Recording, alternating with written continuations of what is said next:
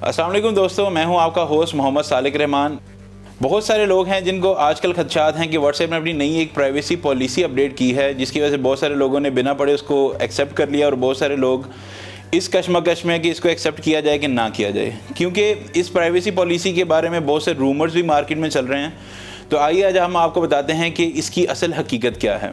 دنیا میں اپروکسیمیٹلی 7 ارب 80 کروڑ کے راؤنڈ اباؤٹ آبادی ہے، اور اس میں سے بھی قریباً 5 ارب سے زائد جو ہے وہ ڈاؤن لوڈز ہیں واٹس ایپ کے۔ تو کسی بھی اپلیکیشن کی اہمیت اور مقبولیت کا اندازہ اس بات سے آپ لگا سکتے ہیں کہ اس کے اتنی کوانٹٹی میں یوزرز یا ڈاؤن لوڈز ہونے کا مقصد یہ ہے کہ وہ ایک پیسے بنانے والی مطلب سونے کی ایک کان بنانے جا رہے ہیں، یا ان کے پاس ایک سونے کی کان ہے، اور واٹس ایپ نے اب پلاننگ یہ کی ہے کہ وہ اس سونے کی کان سے جو ہے وہ پیسہ جمع کرنا شروع کریں گے، یا اس سونے کی کان سے اب وہ مائننگ سٹارٹ کریں گے تاکہ ان کے پاس زیادہ سے زیادہ اس سے ریلیونٹلی ارننگ حاصل کر سکیں وہ۔ اچھا ناظرین، اس ویڈیو میں ہم آپ کو بتائیں گے کہ واٹس ایپ پالیسی کیا ہے، اور دنیا کی تنقید کے بعد واٹس ایپ نے کون سا یو ٹرن لیا ہے، اس کے بارے میں ہم لوگ ڈسکس کریں گے۔ واٹس ایپ اس ٹائم دنیا کی سب سے بہترین اور مقبول موبائل انٹرنیٹ میسیجنگ سروس ہے۔ دنیا میں ہر 7واں فرد واٹس ایپ کا صارف ہے، جس میں 8 کروڑ سے زائد پاکستانی صارف بھی شامل ہیں، اور اب اس کی نئی پالیسی کی وجہ سے لوگ پریشان ہیں۔ پہلے ہم بات کرتے ہیں کہ واٹس ایپ پالیسی آخر ہے کیا۔ واٹس ایپ جو دراصل فیس بک کی ہی ایپ ہے، اس نے اب ڈیٹا شیئرنگ کی نئی شرط رکھی ہے جو کہ 8 فروری سے نافذ ہوگی۔ واٹس ایپ کا کہنا ہے کہ آپ کا تمام ڈیٹا، جس میں فون نمبرز، فون کا ماڈل، بیٹری لیول، استعمال کا دورانیہ، اسٹیٹس اپڈیٹ، ایپلیکیشن ورژن، آئی پی ایڈریسز، آپریٹنگ سسٹم، لین دین، ادائیگیاں، وصولیاں، گروپس، کانٹیکٹس، تصاویر، چیٹس وغیرہ کبھی بھی کہیں بھی اور کسی بھی فیس بک کے ذریعے شیئر کر سکتا ہے۔ اگرچہ فیس بک اپنی ویب سائٹ پر موجود ڈیٹا صارف کی اجازت سے پہلے ہی مختلف ایڈ کمپنیز کو شیئر کر رہا ہے، البتہ واٹس ایپ نے مہربانی کرتے ہوئے شیئر کرنے سے پہلے ہمیں بتا دیا ہے کہ وہ یہ اپنی نئی پالیسی لے کے آنے والا ہے۔ اب آتے ہیں کہ آخر واٹس ایپ ہمارے ڈیٹا کے ذریعے پیسہ کیسے کما سکتا ہے۔ ناظرین، فیس بک ہمارے لائکس، کمنٹس اور پوسٹ کو جدید ترین نظام کی مدد سے مانیٹر کر کے اس سے متعلق اشتہارات کی ہم تک رسائی کو یقینی بناتا ہے، اور اس طرح سالانہ کروڑوں ڈالرز کماتا ہے۔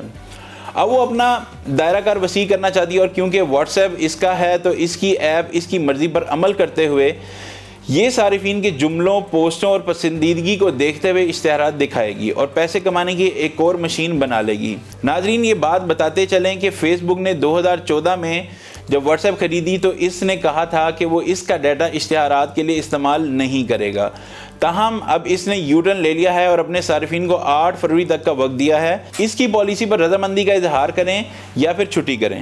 اس حوالے سے مختلف ایپس بھی متبادل کے طور پر سامنے آئیں گی، جن میں سے ٹیلی گرام، سنگل اور ادر ایپس اس میں شامل ہیں، جن کا دعویٰ ہے کہ وہ اپنے صارفین کا ڈیٹا کسی سے شیئر نہیں کرتے۔ اب جنہیں زیادہ فکر ہے وہ چاہیں تو واٹس ایپ کو ان انسٹال کر دیں، دوسری ایپ کا دروازہ کھٹکھٹائیں، یا پھر پالیسی کو ایکسیپٹ کر کے اور استعمال کرنا جاری کر دیں۔ اس سب کے لیے آپ کے پاس 8 فروری تک کا ٹائم ہے، اس کے بعد ایپ خود بخود بند ہو جائے گی۔ یہاں یہ سوال پیدا ہوتا ہے کہ اگر بندہ کوئی اور ایپ کر لے تو کیا وہ محفوظ رہے گی؟ اس وقت زیادہ تر صارفین واٹس ایپ چھوڑ کر ٹیلی گرام پر منتقل ہونے کی بات کر رہے ہیں۔ ہم آپ کو بتاتے ہیں کہ ان کے نمایاں فیچرز کون سے ہیں۔ یہ ٹیلی گرام کا ایک ایسا منفرد فیچر ہے جو واٹس ایپ پر دستیاب نہیں ہے۔ ٹیلی گرام پر خفیہ چیٹ کا ایک الگ خانہ ہے جو اینڈ ٹو اینڈ انکرپشن کی پیشکش کرتا ہے۔ ٹیلی گرام اپنے صارفین کو 1.5 GB سے زائد فائل شیئرنگ کی اجازت دیتا ہے، جو واٹس ایپ کے مقابلے میں کہیں زیادہ ہے۔ لاکھوں لوگوں کو گروپ میں ایڈ کریں۔ واٹس ایپ گروپ میں آپ زیادہ لوگوں کو ایڈ نہیں کر سکتے، اس کے مقابلے میں ٹیلی گرام میں صارفین 2 لاکھ سے زائد لوگوں کو گروپ میں ایڈ کر سکتے ہیں یا اپنا چینل بنا سکتے ہیں۔